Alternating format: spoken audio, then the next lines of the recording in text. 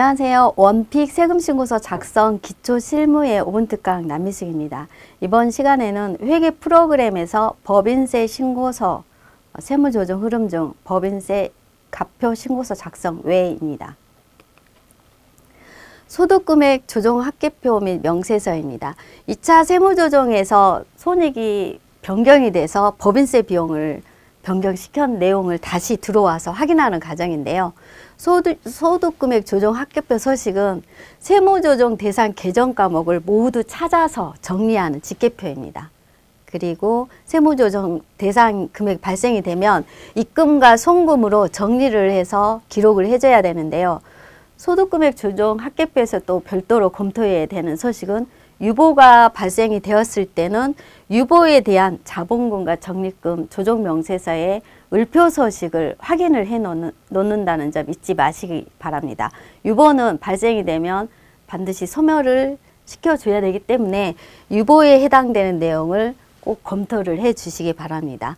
신고 서식으로 들어가서 확인을 해보면 잡손실 금액은 확인을 했고요. 과태료 등으로 해서 세무조정을 진행을 했고, 법인세 비용은 1차 세무조정과 2차 세무조정이 변경된 금액으로 확인을 하는 금액으로 확인된 금액으로 볼 수가 있습니다. 서식 저장을 합니다. 법인세 가세 표준 및 세액 조정 계산서입니다. 세로 불러오기를 하게 되면 결산서상 당기 순이익이 바뀌어 있는 금액이 확인이 될 수가 있습니다. 세무조정 진행한 내용도 지금 변경이 되어 있고요. 해당되는 차가감 소득금액은 변동이 없습니다. 세액조정 계산서에서는 항상 검토해야 될 서식이 기부금에 해당되는데요. 정기서식 확인하는 점 잊지 마시고요.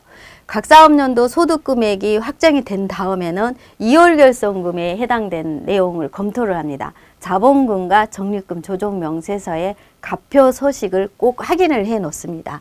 그리고 최저한세 적용 대상 공제 감면 받은 금액을 확인을 한 다음에 기납부세 검토를 하고 법인세, 납부세액을 확인을 해서 서식 저장을 합니다. 법인세 가세표준 및 세액신고서인데요.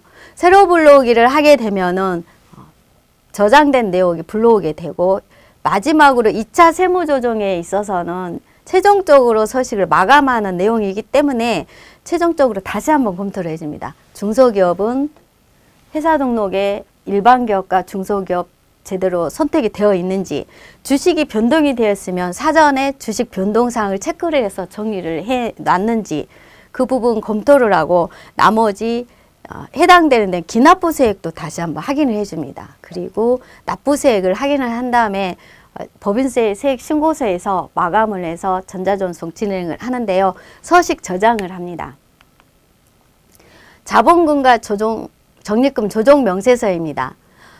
자본금과 적립금 조정 명세서는 세무조정을 진행할 때 거의 마지막 부분에서 정리를 합니다. 세무조정 사항을 모두 찾아서 반영을 하고 난 뒤에 자본금과 적립금 조정 명세서도 들어오는데요.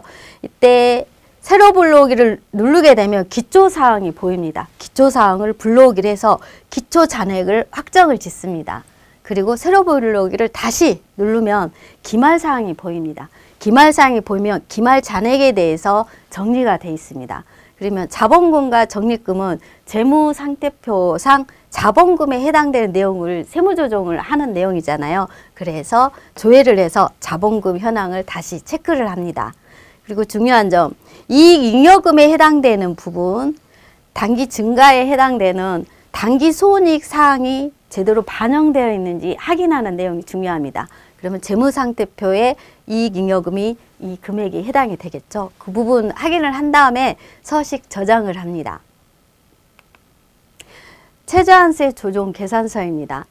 2차 세무조정으로 다시 들어와서 세로 불러오기를 하게 되면은 결산서상 단기 순이익이 변경이 되어 있고 세무조정 내용도 변동이 되어 있습니다. 그리고 각 사업년도 소득금액하고 최저한세하고 감면 후의 세액을 검토를 하는데요. 여기서 감면 받은 세액이 더 크기 때문에 감면 배제 금액은 발생되지 않지만 감면 배제금이 발생이 되었다 하면 다시 들어가서 세무조정을 진행을 해야 합니다. 주요 계정 명세서 가표 서식입니다. 세로 불러오기를 하게 되면 재무제표에서 세무조정 진행한 계정 과목이 모두 뜨게 돼 있습니다. 그래서 기부금 등 해당된 내용 확인을 해서 서식을 정리를 해주는데요. 접대비에 해당되는 부분 세무조정 사항 검토가 되고 잉여금 처분한 사항이 있으면 여기에 뜨게 되니까 서식 금액 확인을 한 다음에 서식 저장을 합니다. 주요 계정 명세서 을표 서식입니다. 세로 불러오기를 하게 되면은 세무조정 진행한 내용이 뜨게 되는데 이때 이 금액 재무제표 금액 반영한 금액에서 세무조정 진행한 계정 과목을 찾아서 정리하는 내용입니다. 세무조정에 가지급금 인정이자를 계산했습니다. 이때 가지급금에 해당된 내역이 적수등 인정이자 금액이 반영이 제대로 되어 있는지 검토하는 내용이 중요하고요. 주요 계정 명세서는 전자신고로 전송되는 서식이기 때문에 최종적으로 꼭 작성을 해줘야 됩니다. 그리고 여기서 보면 회사계상하고 조정액이 있습니다. 회사계상은 전표에 꼭 반영을 해서 회계 프로그램에 입력하는 과정이고요. 조정액은 세무조정으로 해서 소득금액 조정 합계표에서 세무조정 진행하는 내용입니다. 서식 저장을 합니다. 전산조직 운영 명세서는 프로그램의 운영에 관한 내용 서식 저장을 합니다.